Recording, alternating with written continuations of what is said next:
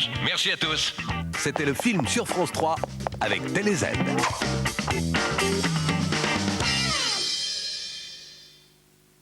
Il y a 10 ans, jour pour jour, Pierre Bérégovoy mettait fin à sa vie. Quel est l'engrenage qui l'a poussé au geste fatal? Pierre Bérégovoy, la tragédie du pouvoir, dans Passer sous silence, après la météo et Soir 3.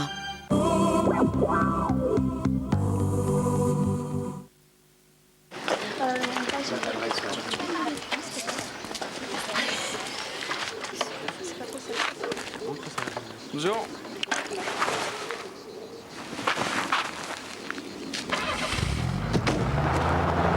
Oh! Allez, on la prend. Il y a plus simple pour trouver la voiture d'occasion que vous cherchez. Il y a Renault Occasion. Renault Occasion, vous cherchez un modèle? Nous avons un réseau. La peau qui se ramollit, ce n'est pas joli. Garnier Lift, le premier soin liftant raffermissant à l'essence de cerise et au gingembre pour redonner du ressort à la peau.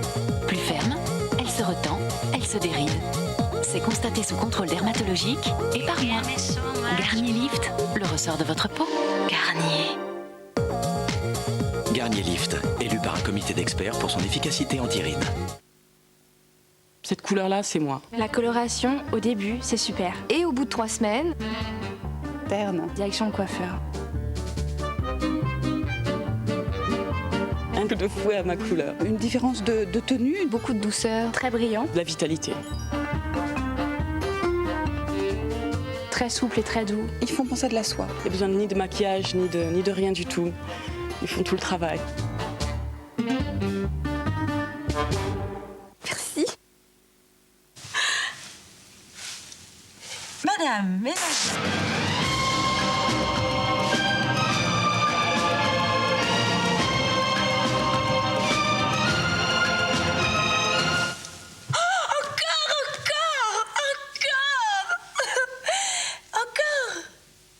Oscar, César, Festival de Cannes, les grands films primés sont déjà sur Canal+. Attention, Canal+ gratuit 3 mois jusqu'au 30 juin. La soie a des propriétés d'hydratation exceptionnelles. Elle peut retenir 30 fois son poids en eau. Seule la nouvelle douche soin huile et soie Dove contient de la soie pure. Pour une peau belle comme de la soie. Observons l'effet déviant sur votre organisme. Buddy, you're a boy, make big noise playing in the street. Pretty face, you got mud on your face.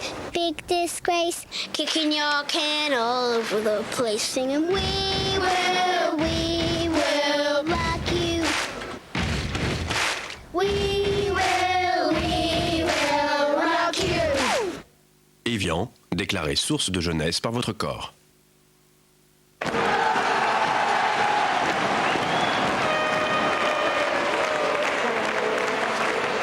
C'est quoi ta carte Visa là? C'est ma carte Egg. Je l'utilise comme une carte bancaire, sauf que chaque fois que j'achète un truc, on me reverse 1% de ce que j'achète. On donne de l'argent quand on dépense. Mais attends, mais il y a un crédit là-dessous. Bah en fait, c'est toi qui gères sur Internet. Ou tu payes tout chaque mois sans intérêt, ou alors tu rembourses un peu tous les mois. C'est là que ça fait mal. Mais non, c'est un crédit à 9,9% seulement.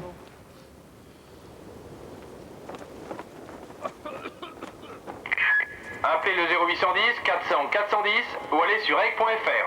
Egg, une autre idée de la banque.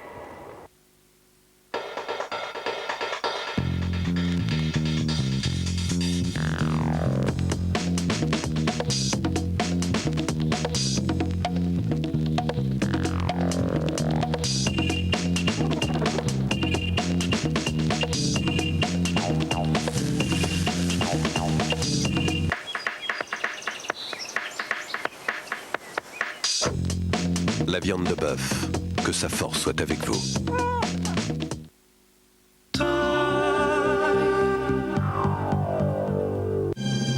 Prison, les questions qui dérangent. 48 000 places, 60 000 détenus. Personnel insuffisant, récidive programmée, mutinerie, évasion. Quelle solution? Prison en crise, un dossier France 3. Lundi, après le film de José Giovanni, l'état des lieux près de chez vous par votre rédaction régionale. France 3, de près, on se comprend mieux.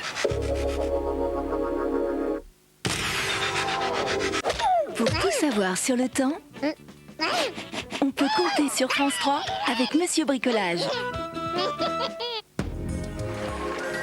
Madame, monsieur, bonsoir. La journée n'a pas été si mal et c'est tant mieux parce que demain, les choses vont changer. Certes, la perturbation est partie. Nous avons eu quelques petites couvertures nuageuses sur le nord ainsi que sur le sud-ouest du pays. Mais nous aurons la présence d'une perturbation qui est encore en formation assez loin et qui demain va concerner, demain matin, l'ouest du pays. Et demain après-midi, elle va se réactiver. Nous la retrouverons du nord des Ardennes jusqu'au Pays Basque avec un ciel très encombré, pas mal d'averses, donc, et je vous le disais, et des orages. À l'arrière, c'est une traîne peu active avec quelques risques d'orage là aussi un peu moins nets. Beaucoup de soleil sur les pays de Loire et la Vendée. En revanche, ça se réactive à cause d'une dépression qui est située sur la Grande-Bretagne. Résultat, nous aurons là de la pluie, des orages, mais également pas mal de vent jusqu'à 110 km à l'heure. Donc sur les côtes, si vous êtes en vacances, soyez prudents.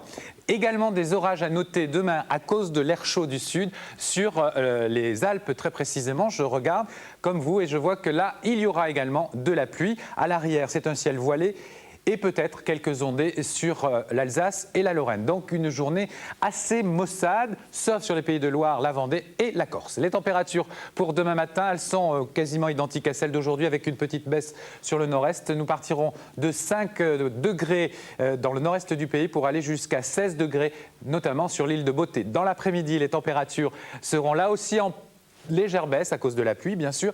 13 degrés sur Brest et nous irons jusqu'à 25 degrés sur le sud de la Corse en passant par 22 du côté de Céré. Pour samedi, c'est du plein beau avec des températures à la hausse, rien à signaler. Et pour dimanche, arrivée d'une perturbation par le nord-ouest, remontée des températures. Dans un instant, c'est Soir 3. N'oubliez pas d'embrasser les Boris.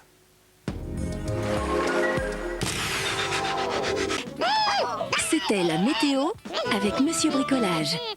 Dans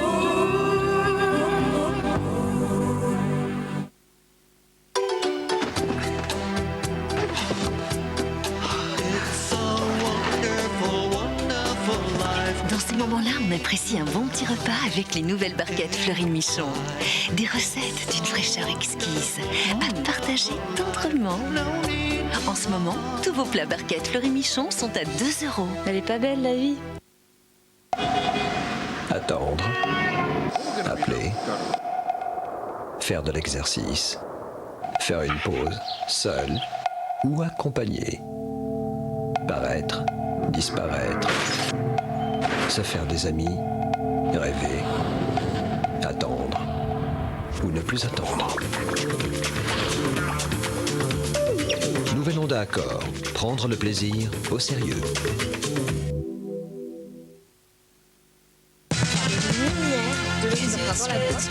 Avec les nouvelles formules d'abonnement SFR Perso et SFR Pro, c'est chaque mois 50% de temps offert en semaine de 22h à midi.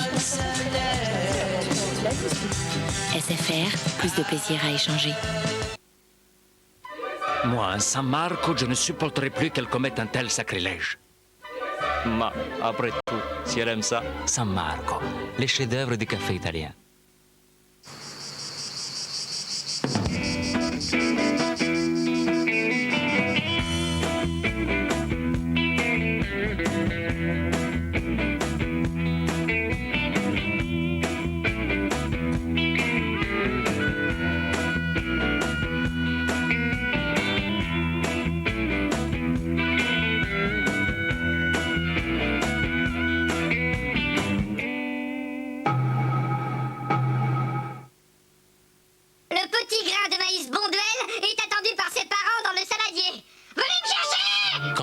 C'est bon duel.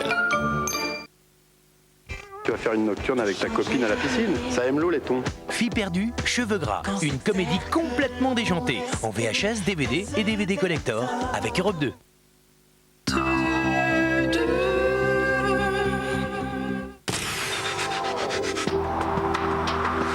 France 3 vous donne rendez-vous avec les centres Leclerc.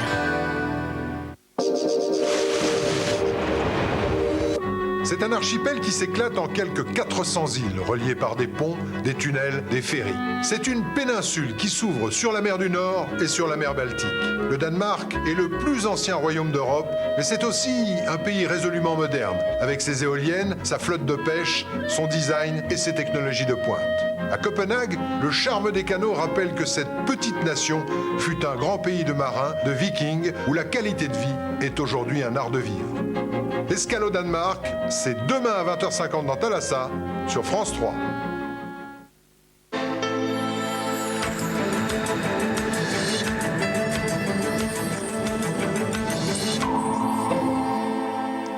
Madame, Monsieur, bonsoir. Les titres de ce journal. Près de 150 morts et 500 blessés dans le tremblement de terre qui a frappé l'est de la Turquie. Les sauveteurs continuent de dégager des survivants ensevelis sous les décombres. Les défilés du 1er mai, forte mobilisation à Paris mais aussi dans toute la France. Principale revendication des syndicats, la défense des retraites. Une répétition générale avant le 13 mai. Et la première rave party organisée en accord avec le ministère de l'Intérieur. Des milliers de jeunes participent à ce festival techno dans la Marne, à Marigny-le-Grand. Fin de la fête dimanche soir. Selon Ankara, le bilan du tremblement de terre pourrait atteindre les 150 morts. Le séisme qui a frappé l'est de la Turquie a surpris la population dans son sommeil. Un pensionnat s'est effondré et les recherches se poursuivent pour tenter de dégager des enfants toujours pris au piège. Claudine Gilbert. Une nuit et une journée entière sous les décombres. Cet enfant blessé est l'une des toutes dernières victimes du tremblement de terre découverte ce soir par les secouristes turcs. Ce pensionnat de Bingöl s'est totalement effondré.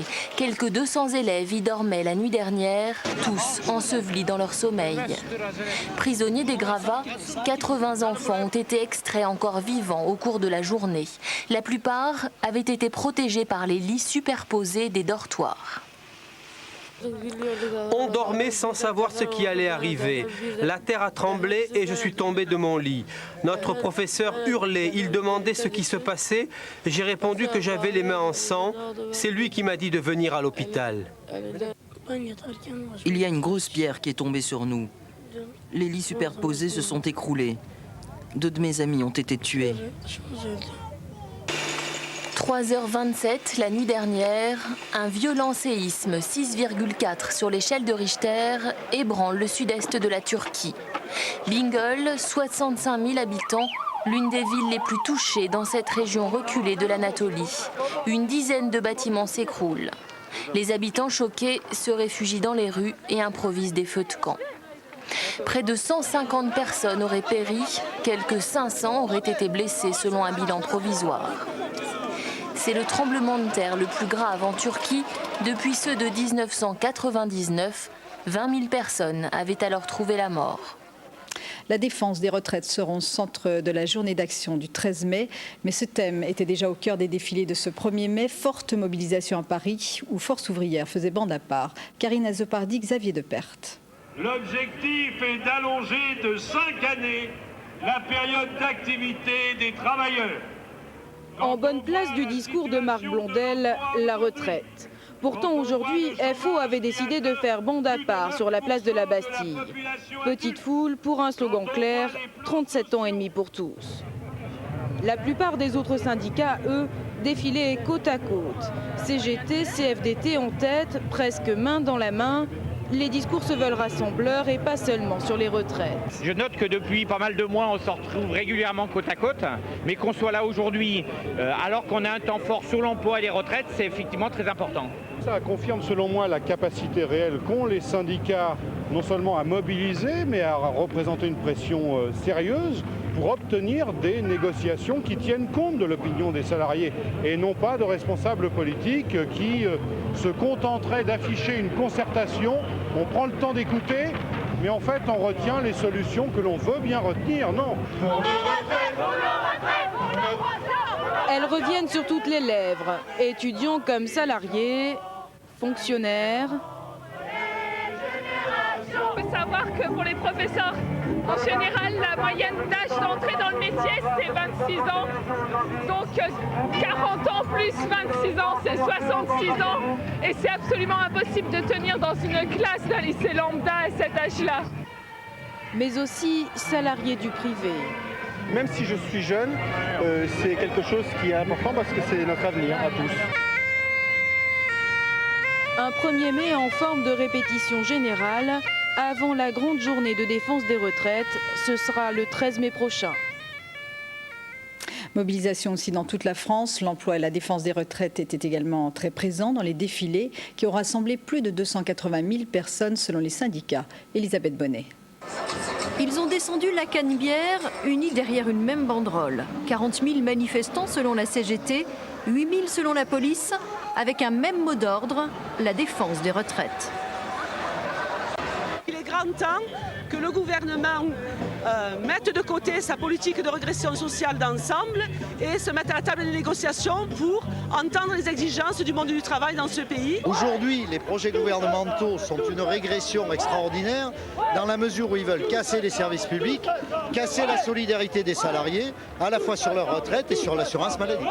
À Bordeaux, plus de 10 000 personnes ont défilé, salariés du privé aux côtés de ceux du public.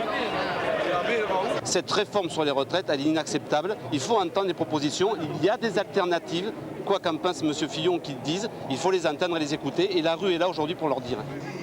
Partout, retraités ou futurs retraités appellent le gouvernement à ne pas revenir sur ce qu'ils considèrent comme des acquis. Je voudrais bien que les retraites, ça soit un petit peu plus juste. C'est-à-dire tout le monde 37 ans et demi et qu'on respecte un peu plus les travailleurs. Les salariés se sont aussi mobilisés contre les plans sociaux. À Toulouse, ceux de Giat ont rappelé qu'ici, 3 emplois sur 4 vont être supprimés. Dans la Loire, le groupe d'armement se séparera de 1600 salariés d'ici 3 ans. C'est la fête du travail et nous, du travail, on en veut. Donc on est là aujourd'hui pour exiger avec les autres salariés de ce département que la Loire ne soit pas désindustrialisée et que le dernier grand donneur d'ordre de ce département puisse vivre et puisse continuer à donner du travail lui-même aux sous-traitants. Que ce soit pour la défense de l'emploi ou des retraites, les manifestants ont donné un aperçu de ce qui attend le gouvernement tout au long du mois de mai. Dans le monde, des images contrastées. En Irak, le premier défilé depuis des dizaines d'années. Ailleurs, la foule par endroits, mais en Chine, peu de personnes ont fêté ce 1er mai en raison de l'épidémie de pneumopathie. Didier Brignan. Pékin, ville morte. La place Tiananmen, habituellement si animée, est quasi déserte. Et les quelques Chinois qui commémorent la fête du travail le font gantés et masqués. L'épidémie de pneumonie atypique sème toujours la peur en Chine. Contraste saisissant, à Cuba, après plusieurs semaines de répression politique, Fidel Castro avait besoin de prouver qu'il maîtrisait toujours son peuple. Démonstration de force réussie, ils étaient 1 million de personnes réunies sur la place de la Révolution à ovationner leur leader. Dans la région de Francfort, le chancelier Gerhard Schröder a eu beaucoup de mal à se faire entendre. Des militants de la Confédération syndicale l'ont copieusement sifflé alors qu'il présentait son plan de réforme économique et sociale. Au même moment, à Berlin, des milliers de militants d'extrême gauche et d'extrême droite ont défilé, encadrés par d'imposantes forces de l'ordre pour éviter tout affrontement. Et à Madrid, le chef du premier syndicat espagnol, les commissions ouvrières, a été agressé par un ouvrier licencié. José María Fidalgo a dû quitter le cortège. Dans les rues de la capitale, près de 100 000 personnes ont manifesté pour l'emploi, pour la paix et contre la guerre. Enfin, pour la première fois depuis 1979, des militants communistes ont pu célébrer la fête du travail en Irak. À Bagdad, des dizaines de personnes étaient fières d'arborer enfin les drapeaux rouges. En Irak, justement, la tension ne retombe pas. À Falloujah, 7 soldats américains ont été blessés au cours d'une attaque à la grenade. Dans la capitale Bagdad, 7 personnes ont été tuées et 20 autres blessées dans l'incendie d'une station-service. L'origine de ce drame n'est pas encore déterminée, mais l'hypothèse accidentelle semble privilégiée. George Bush vient d'arriver en Californie. Il est sur un porte-avions au large de San Diego. C'est de là qu'il annoncera dans quelques heures la fin des combats en Irak. Dans son discours, il dira que la chute de Saddam Hussein constitue une avancée cruciale dans la guerre contre le terrorisme déclarée par Washington après les attentats du 11 septembre. Et la diplomatie française fait un timide retour en Irak. Depuis 3 jours, un diplomate du Quai d'Orsay se trouve à Bagdad. Quelle est sa mission? C'est ce qu'ont cherché à savoir Memona Interman et Robin Teboul, qui ont dû faire preuve de pugnacité pour le rencontrer. Depuis la première guerre du Golfe, les relations diplomatiques sont rompues entre la France et l'Irak. La situation peut paraître très compliquée. Sur cet immeuble, l'écusson ambassade de France existe toujours. Mais le drapeau qui flotte, c'est celui de la Roumanie. En fait, dans l'ambassade roumaine, notre pays a installé ce qu'on appelle une section représentant ses intérêts. Paris a envoyé lundi un diplomate de haut rang le premier depuis la guerre. Il a fallu insister toute la journée pour rencontrer le chef de la mission française annoncée par Dominique de Villepin. Le diplomate est à la tête d'une équipe restreinte, dont des hommes du renseignement. Antoine Sivan est le nouveau chargé d'affaires pour un travail essentiellement politique et peut-être seulement pour le symbole. Mais Paris lui a donné l'ordre de ne pas engager la France par des déclarations officielles. La porte passée, on ne filme plus. Non, on filme plus. Et l'interview, on l'a fait où alors? Ah, mais je peux pas vous donner une interview, je suis désolé. Mais pourquoi? Mais vous êtes là officiellement? Oui, bien sûr. Mais quelle est votre mission? Entrez, je vous en prie. Mais sans caméra. Contrairement à la résidence officielle de l'ambassadeur, la chancellerie n'a pas été pillée. Mission d'Antoine Sivan, évaluer la situation. C'est-à-dire concrètement, essayer d'être reçu par des Américains. Or, George Bush a déjà prévenu, l'avenir de la France sera réduit en Irak. La France attache un sens politique très fort à la présence de son chargé d'affaires ici, avec un double message. D'abord aux Irakiens pour leur dire que notre pays veut les aider à se reconstruire. Un message surtout aux Américains pour leur dire que la France veut montrer son drapeau, qu'elle défendra ses intérêts le jour venu lorsqu'il s'agira de reconstruire l'Irak, donc d'obtenir des contrats. Le problème, c'est que le diplomate français a beaucoup de mal à trouver des interlocuteurs côté irakien, mais surtout côté américain. Dans le nord de l'Irak, la situation est toujours délicate. Kirkouk, libéré il y a 3 semaines, est revendiqué par les Kurdes. Dans la ville, la minorité turkmène, très liée à la Turquie, s'inquiète. Elle était persécutée sous le régime de Saddam Hussein et aujourd'hui elle redoute la volonté d'hégémonie des Kurdes. Reportage de nos envoyés spéciaux Luc Laguin-Boucher et Stéphane Taponnier. Mort à cause de ce drapeau, le drapeau bleu des Turkmènes. Parce que le fils de cette femme a mis ce drapeau sur sa voiture le jour de la libération de Kirkouk, des Peshmerga, des Kurdes, arrivés les premiers dans la ville, ont ouvert le feu, l'ont blessé et ont tué son petit-fils de 10 ans. Dans la même rue, en face, 2 mères arabes cette fois, pleurent également leur enfant. 2 fils tués pendant la même période, dans les 3 jours qui ont suivi la libération de Kirkouk, avant que les Américains mettent de l'ordre. Depuis, la ville est plus calme, mais la nuit venue, des hommes en armes, des Kurdes non identifiés, terrorisent les Turkmènes. Des hommes en armes, des Kurdes, sont venus par 2 fois la nuit, m'intimer l'ordre de quitter ma maison. Vous vous rendez compte?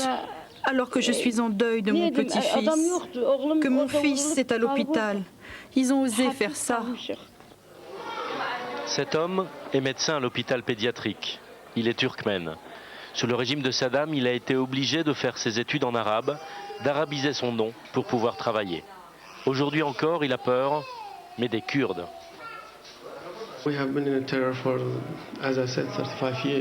Nous avons été sous la terreur depuis 35 ans. On n'avait aucun droit, même pas celui de rêver à un avenir différent, à un autre régime. Maintenant, j'ai toujours aussi peur, mais d'autres groupes, d'autres troupes présents dans cette ville. La minorité turkmène de Kirkouk espère qu'un jour, enfin, elle pourra parler le turc, devenir propriétaire, ne plus être citoyen de 2e zone. Nous n'accepterons jamais une administration kurde. Les Kurdes revendiquent pourtant Kirkouk comme capitale historique, mais le gouvernement turc d'Ankara ne cesse de répéter qu'il ne l'acceptera pas. Entre les deux, les Turkmènes d'Irak font le dos rond et espèrent qu'après l'arabisation, ils ne devront pas connaître la kurdisation. Au Proche-Orient, raid israélien dans la bande de Gaza, 12 Palestiniens ont été tués, dont un chef du Hamas, mais aussi un enfant de 2 ans. Une action de représailles après l'attentat-suicide de Tel Aviv qui avait fait 3 morts hier, le jour même où était lancée la feuille de route, le plan de paix international qui prévoit la création par étapes d'un État palestinien d'ici 2005. Le 1er mai, manifestation traditionnelle du Front National à Paris. En 1995, un jeune Marocain était jeté dans la Seine par des skinheads qui venaient de participer au défilé du FN. 8 ans après, le maire de Paris, Bertrand Delanoë, a inauguré une plaque à la mémoire de Brahim Bouharam, ce qui a suscité une réaction de Jean-Marie Le Pen. Charles Sanviti. Ici, le civisme républicain avec le maire de Paris pour dévoiler cette plaque en mémoire de Brahim Bouharam, ce Marocain jeté à la Seine en marge d'un défilé du Front National, un 1er mai, voilà 8 ans. À la mémoire de ce que nous avons de meilleur en nous, le goût de la liberté, du respect de l'autre, de la démocratie, des droits de l'homme, qui s'appelle aujourd'hui Brahim Bouharam. Bonjour Jean-Marie. Bonjour, ça va bien? Et à 200 mètres de là, voilà le bivouac Jean-Marie Le Pen. Avec Jeanne d'Arc, il s'est fixé le dessein de rendre la France aux Français et de bouter l'étranger hors des frontières. Alors, il assure le spectacle avec délectation devant un public chauffé à blanc, ravi de conspuer. À l'heure où je parle, le maire de Paris, dit-on, est en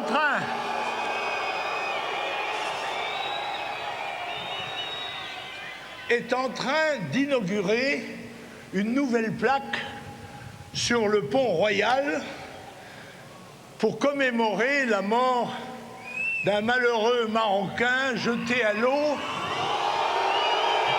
Et en résumé, bleu, blanc, rage, voilà l'esprit de mai tel qu'il semble souffler aujourd'hui au Front National.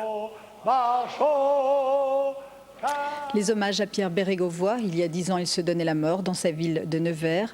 Le premier secrétaire du Parti socialiste, François Hollande, a déposé une gerbe au pied de la plaque commémorant la mémoire de l'ancien Premier ministre. Près de 300 personnes ont participé à une cérémonie ce matin.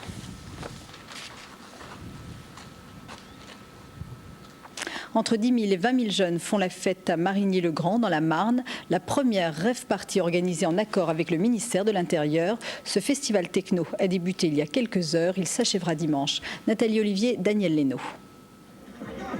Au coucher du soleil, ils sont déjà plus de 8 000. La nouvelle coordination n'a pas fait fuir les teufeurs.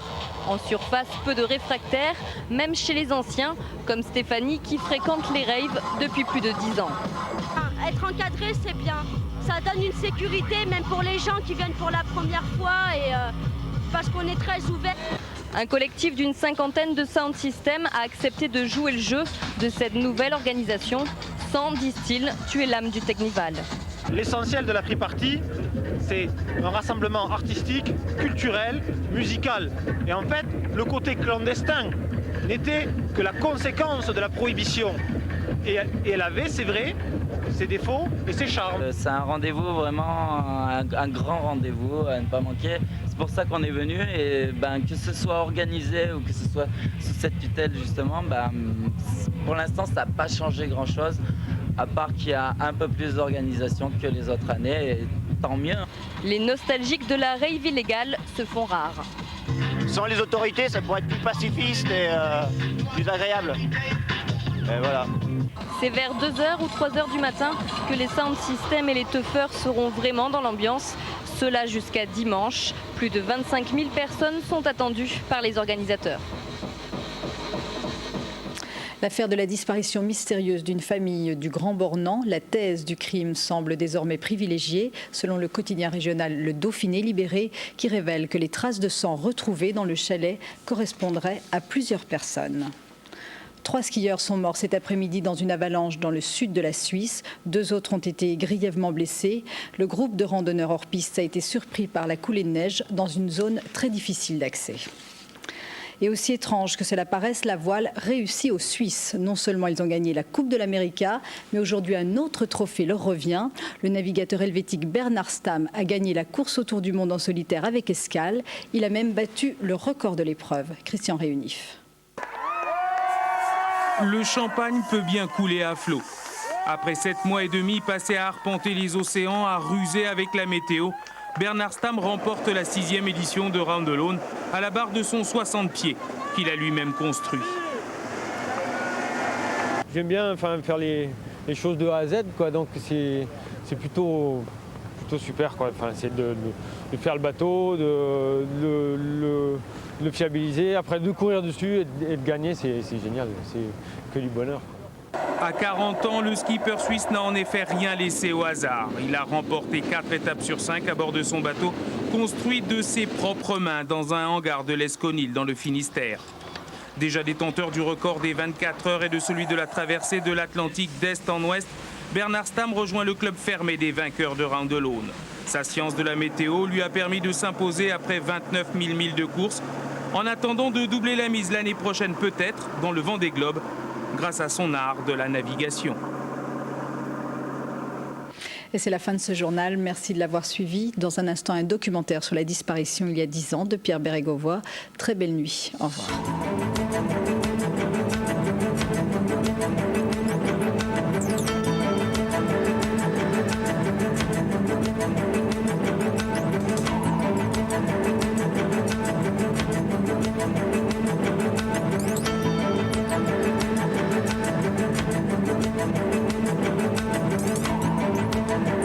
Pierre Bérégovoy s'est suicidé il y a 10 ans, jour pour jour. Comment son destin a-t-il basculé? Passé sous silence, enquête, tout de suite sur France 3.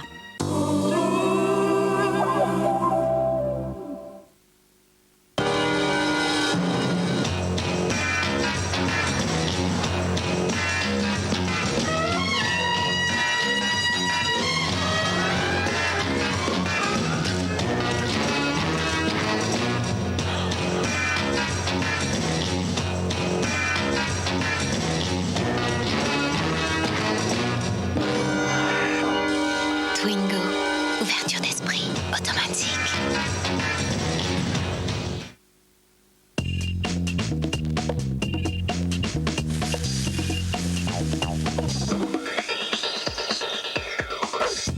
La viande de bœuf, que sa force soit avec vous.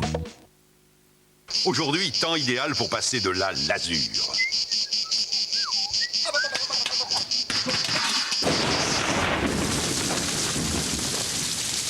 Sec en 30 minutes, protège pour 6 ans, Xyla Décor, le bois l'adore. Changez vos habitudes. Tous les matins, Audispray, l'hygiène de vos oreilles. Audispray, le produit de référence. Découvrons le camembert de campagne président.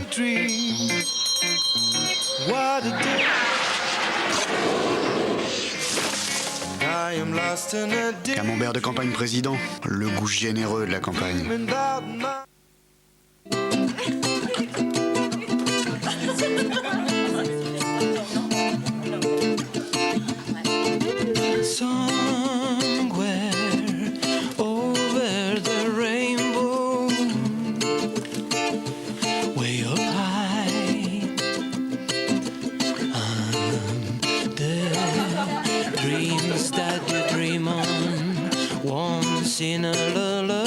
Groupama, donnons à la vie toutes ses chances.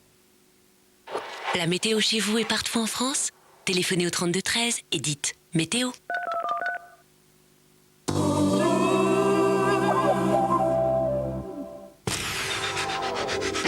Allez, tous en place. France 3 vous donne rendez-vous avec TéléZ.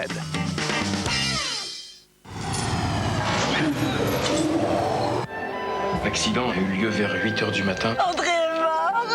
Le rapport parle même pas des traces de pneus. J'ai l'impression qu'André me cachait quelque chose. Ça s'est pas passé comme le journal l'a raconté. Un tracteur a déboulé.